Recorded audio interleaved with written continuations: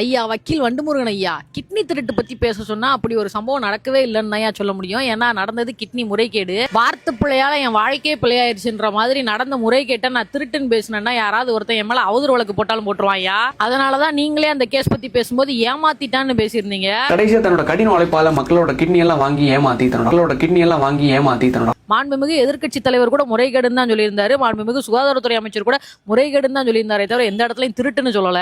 ஏன் சொல்லலைன்னா அதுக்கும் அவங்களே விளக்கம் கொடுத்திருந்தாங்க. மக்களுக்கு தெரியாம எடுத்தா மட்டும்தான் அதுக்கு பேர் திருட்டு, இது ஒரு முறைகேடு அப்படின்னு சொல்லியிருந்தாங்க. நான் அந்த கமெண்ட்ல திருட்டுன்னு ஒரு விஷயம் நடக்கலன்னு தான் சொன்னேனே தவிர அதுக்கு எந்த விதத்திலையும் ஆதரவு தெரிவிக்கல. நான் மட்டும் இல்ல, யாருமே அதுக்கு ஆதரவு தெரிவிக்க மாட்டாங்க. ஏன்னா ஏழ்மையா இருக்குன்ற ஒரே ஒரு காரணத்தினால தங்களோட உடல் உறுப்பே விற்கலான்னு மக்கள் எடுத்த முடிவு ரொம்ப முட்டாள்தனமானது. ஒரு சாதாரண ஏழைங்களால நம்மள என்ன பண்ணிட முடியும்னு அவங்களோட உடல் உறுப்புகள் எல்லாம் வித்து அதை முறைகேடு செஞ்சவனோட செயல் ரொம்ப அயோக்கியத்தனமானது.